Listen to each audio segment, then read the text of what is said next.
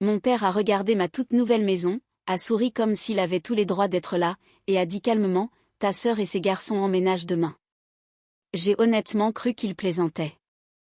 Puis il m'a tendu une clé qui n'appartenait plus à ma maison, et c'est là que j'ai compris qu'il avait déjà fait des plans pour un foyer que j'avais passé 12 ans à me battre pour m'offrir. Je m'appelle Julien Mercier, et j'ai 32 ans.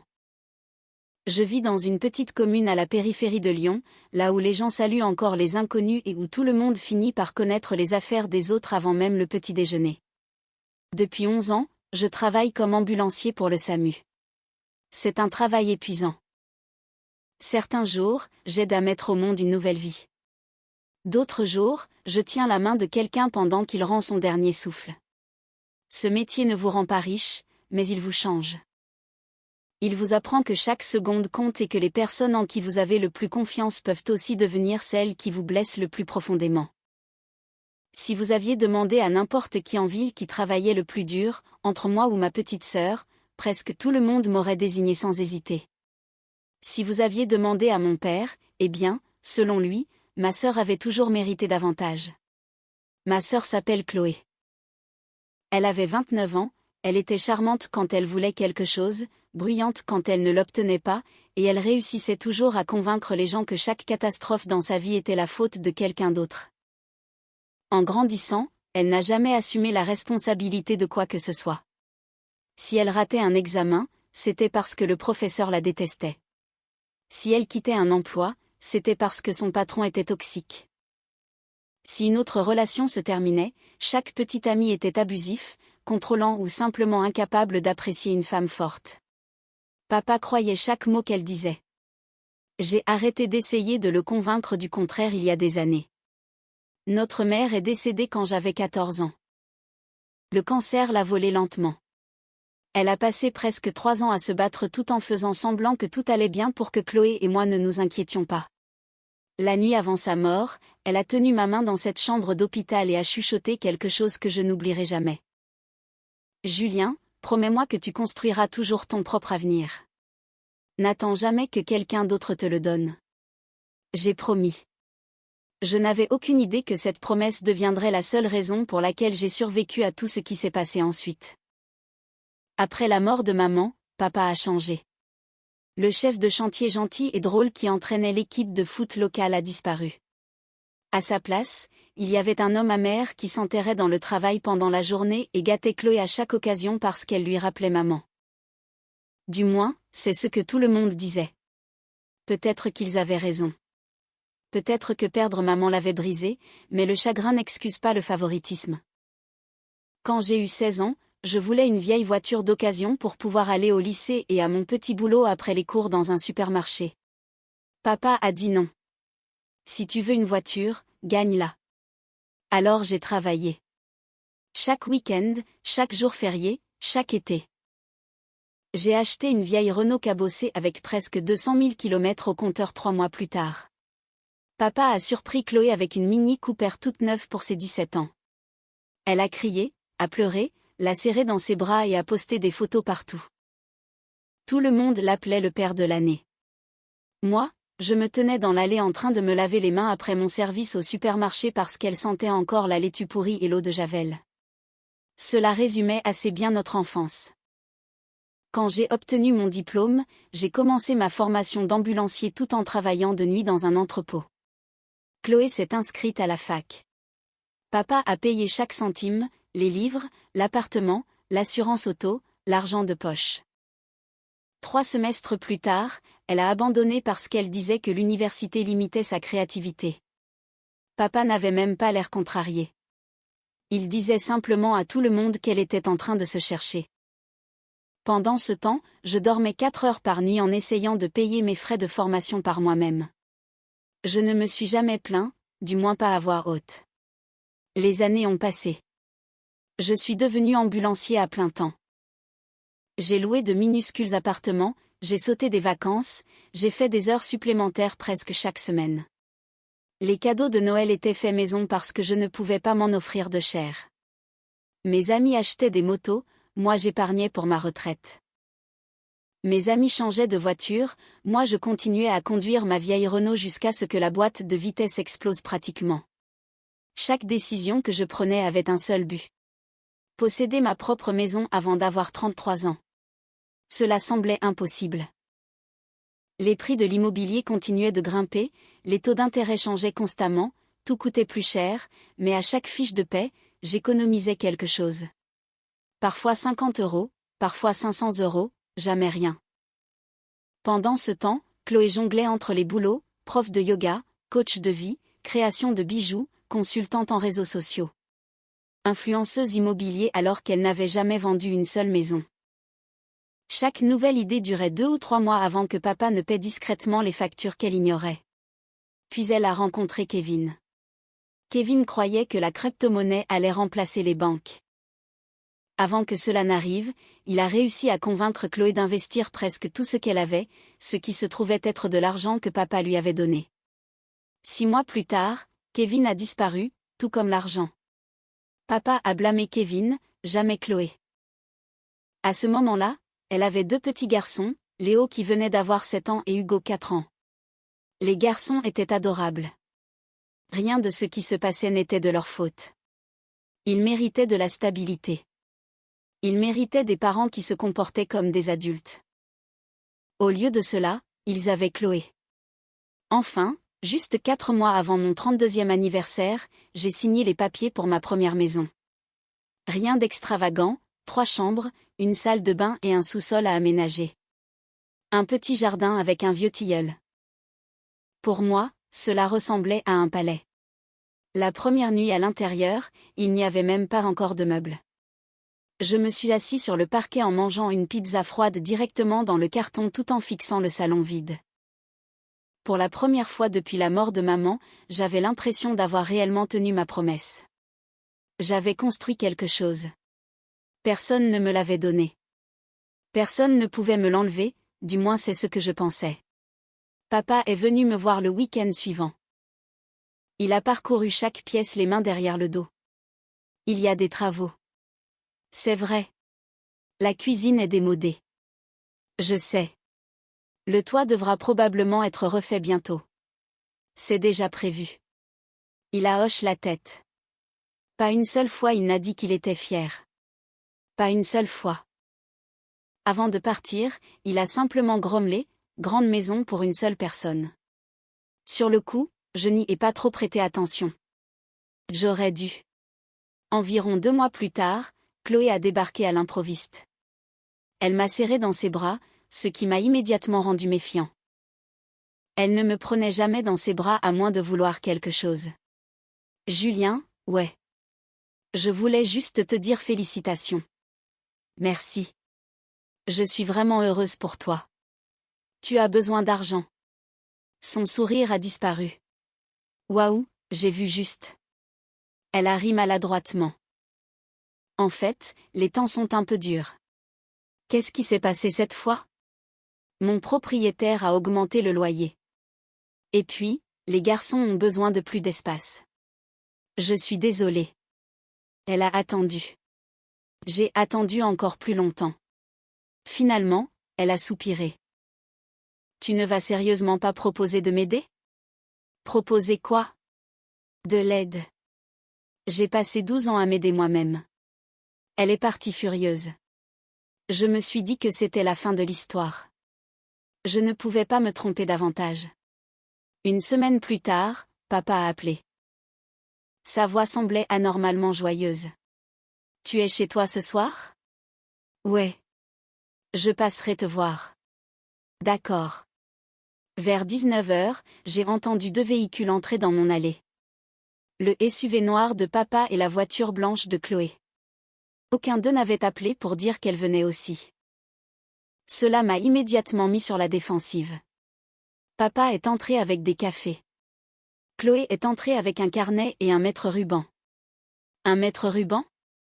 J'ai froncé les sourcils. Qu'est-ce qu'on fait exactement? Elle a souri sans répondre. À la place, elle a commencé à mesurer mon salon. Puis ma salle à manger, puis le couloir. Je regardais la scène avec une confusion totale. Chloé, quoi? Pourquoi est-ce que tu mesures ma maison? Oh, juste pour voir quels meubles vont tenir. J'ai ri parce que je pensais honnêtement qu'elle plaisantait. Elle n'a pas ri en retour. Papa s'est finalement assis sur mon canapé. Il a croisé les mains, s'est raclé la gorge, puis a souri. Julien, nous avons discuté. Chaque fois que papa commençait une phrase de cette façon, quelque chose de mauvais suivait. Il a regardé autour de mon salon une dernière fois avant de parler. Cette maison est trop grande pour une seule personne. Mon estomac s'est noué. Il a continué. Ta sœur a besoin d'un nouveau départ. Chloé a souri comme si elle avait déjà gagné. Papa m'a regardé droit dans les yeux. Alors, nous avons décidé. Il a fait une pause juste assez longue pour que mon cœur commence à battre la chamade. Ta sœur et les garçons emménagent demain. Je l'ai fixé, attendant la suite. Sûrement qu'il y avait autre chose. Sûrement qu'il voulait dire temporairement. Sûrement qu'il ne pouvait pas vouloir dire. Puis Chloé a ouvert son carnet et m'a montré un croquis intitulé Chambre principale Chloé. C'est là que j'ai compris qu'aucun des deux ne plaisantait. J'ai fixé le carnet dans les mains de Chloé, convaincue que j'avais mal compris ce que je voyais. Il y avait des plans de sol, des mesures, des placements de meubles. Même des petites notes manuscrites qui disaient studio vidéo, chambre des garçons, et chambre d'amis pour papa les week-ends. Mon nom n'était écrit nulle part. J'ai lentement levé les yeux vers mon père. Tu as perdu la tête. Papa a soupiré comme si c'était moi qui étais difficile. Julien, ne rends pas les choses plus compliquées qu'elles ne doivent l'être. J'ai ri, mais le son était creux. Plus compliqué ? Tu es dans ma maison en train de me dire que tu as déjà décidé qui a le droit d'habiter ici. Chloé a croisé les bras. Tu n'as pas besoin de 3 chambres. J'ai acheté 3 chambres. Tu n'as pas d'enfant. Et c'est la faute de qui ? Papa a levé une main. Ça suffit. Demain matin, nous ferons venir les déménageurs. Tu peux faire tes cartons ce soir. Je l'ai regardé fixement. Tu penses vraiment que je m'en vais ? Tu trouveras un appartement plus proche de ton travail. J'ai secoué la tête. Non. Le visage de papa s'est durci. Je ne te demandais pas ton avis. Quelque chose en moi a fini par se briser. Pendant 32 ans, j'avais été le fils raisonnable, le calme, le fiable, celui qui ne causait jamais de problème. Cette version de moi est morte pile à ce moment-là, dans mon propre salon. J'ai marché jusqu'à la porte d'entrée et je l'ai ouverte. Sortez.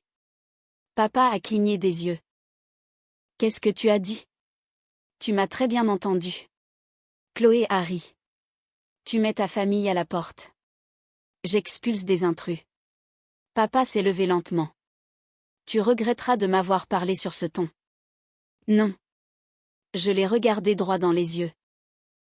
Je regrette d'avoir passé 30 ans à essayer d'obtenir ton approbation. Pendant juste une seconde, j'ai vu quelque chose traverser son visage. Pas de la culpabilité, mais du choc, parce que je ne lui avais jamais répondu auparavant. Ils sont partis sans un mot de plus. En atteignant son SUV, papa s'est retourné. Tu changeras d'avis. J'ai répondu en verrouillant ma porte d'entrée. Le lendemain matin, je suis partie pour mon service de 24 heures. Vers midi, mon téléphone a vibré. C'était ma voisine d'à côté, Madame Lefebvre. Julien, est-ce que tu attends des déménageurs aujourd'hui ? Mon cœur a raté un bond. Je l'ai appelée immédiatement. Il y a 2 camions de déménagement devant chez toi, a-t-elle chuchoté. Ton père est là et ta sœur aussi. Mon sang n'a fait qu'un tour. J'ai dit à mon superviseur qu'il y avait une urgence et j'ai conduit plus vite que je ne l'avais jamais fait sans allumer les gyrophares de l'ambulance. Quand je suis arrivée dans mon quartier, je n'en croyais pas mes yeux. 2 camions de déménagement, le SUV de papa, Chloé dirigeant les déménageurs avec un porte-bloc, ces garçons courant dans mon jardin de devant, un serrurier agenouillé devant ma porte d'entrée. J'ai garé mon pick-up brutalement. Qu'est-ce que c'est que ce bordel ? Tout le monde s'est figé. Papa a marché vers moi comme si rien d'inhabituel ne se passait. Nous aidons tout le monde à éviter un drame inutile. Le serrurier est en train de changer mes serrures. Nous évitons de futures disputes. J'ai regardé le serrurier. Qui vous a embauché? Il a désigné papa. Il a dit qu'il était le propriétaire. Ce n'est pas le cas. J'ai sorti mon portefeuille de ma poche et je lui ai tendu mon permis de conduire avec mon adresse. Puis j'ai ouvert l'application de la propriété foncière sur mon téléphone. Mon acte de vente, mon prêt immobilier, mes relevés de taxes foncières. Son visage a immédiatement changé. Oh, il s'est lentement relevé. Je suis désolé. Papa s'est avancé. Ne l'écoutez pas. Le serrurier a reculé. J'ai fini. Il a remballé ses outils plus vite que je n'avais jamais vu quelqu'un bouger. Chloé a explosé. Vous ne pouvez pas partir. Je peux, mais j'avais déjà prévu de filmer ma vidéo de présentation aujourd'hui. Les déménageurs avaient l'air confus. L'un d'eux m'a demandé discrètement, « Monsieur, est-ce que c'est réellement votre maison ?» Oui, ils ont immédiatement arrêté de décharger les meubles. Papa a essayé une dernière fois. Julien, n'affiche pas la famille comme ça. J'ai sorti mon téléphone. Je n'affiche personne. J'ai composé le 17. L'assurance de Chloé a disparu. Tu n'oserais pas. Je l'ai regardé droit dans les yeux. C'est déjà fait. La police est arrivée en quelques minutes. 2 agents sont sortis. L'un m'a parlé tandis qu'un autre interrogeait papa. J'ai montré chaque document prouvant ma propriété. Papa a produit plusieurs papiers imprimés. L'agent les a étudiés pendant environ 10 secondes. Monsieur, ce ne sont pas des documents de propriété légaux. Papa a dégluti. Ce sont des accords familiaux. Ils ne valent rien. Chloé a soudainement éclaté en faux sanglots. Je suis une mère célibataire. Mes bébés ont besoin d'un endroit sûr. L'agent l'a regardé calmement. Madame, cela ne vous donne pas la propriété de la maison de quelqu'un d'autre. Elle m'a désigné du doigt. Il est égoïste. L'agent a haussé les épaules. Il est toujours le propriétaire de la maison. Puis il s'est tourné vers moi. Souhaitez-vous qu'il soit expulsé? J'ai répondu sans hésitation. Oui. Les agents ont informé tout le monde qu'ils avaient 5 minutes pour partir. Papa a refusé. Je ne partirai pas. L'agent s'est répété. Papa a croisé les bras. Les menottes sont sorties. Je n'avais jamais vu mon père sans voix auparavant. Chloé a hurlé, vous ne pouvez pas l'arrêter. Nous le retenons pour refus d'obtempérer à des ordres légaux. Les garçons ont commencé à pleurer. Mon cœur s'est brisé pour eux. Rien de tout cela n'était de leur faute. Je me suis agenouillée à côté de Léo. Tout va bien se passer. Il m'a serré fort sans rien dire. Ce câlin m'a presque anéanti. En 1 heure, l'allée était vide. Les déménageurs étaient partis. Les camions avaient disparu. Papa a été relâché plus tard dans l'après-midi après avoir reçu des contraventions. Chloé est partie furieuse. Je pensais que c'était fini. Ça ne l'était pas. Au cours des semaines suivantes, ils ont inondé les réseaux sociaux d'histoires racontant comment j'avais abandonné ma famille. Certains membres de la famille les ont crus. D'autres m'ont appelé en privé. Puis quelque chose d'inattendu s'est produit. Madame Lefebvre avait des caméras de sécurité, tout comme 3 autres voisins. Ensemble, ils avaient tout enregistré. Papa donnant des instructions aux déménageurs, Chloé prétendant être la propriétaire, le serrurier, tout. Quand la vidéo a circulé dans la famille, les appels téléphoniques ont cessé. Plus personne ne les défendait. Les amis de papa à l'église ont arrêté de l'inviter à des événements. Les gens ont enfin vu la vérité, pas ma version, la vérité brute. Environ 3 mois plus tard, papa a appelé pour la première fois depuis l'incident. Il semblait vieux.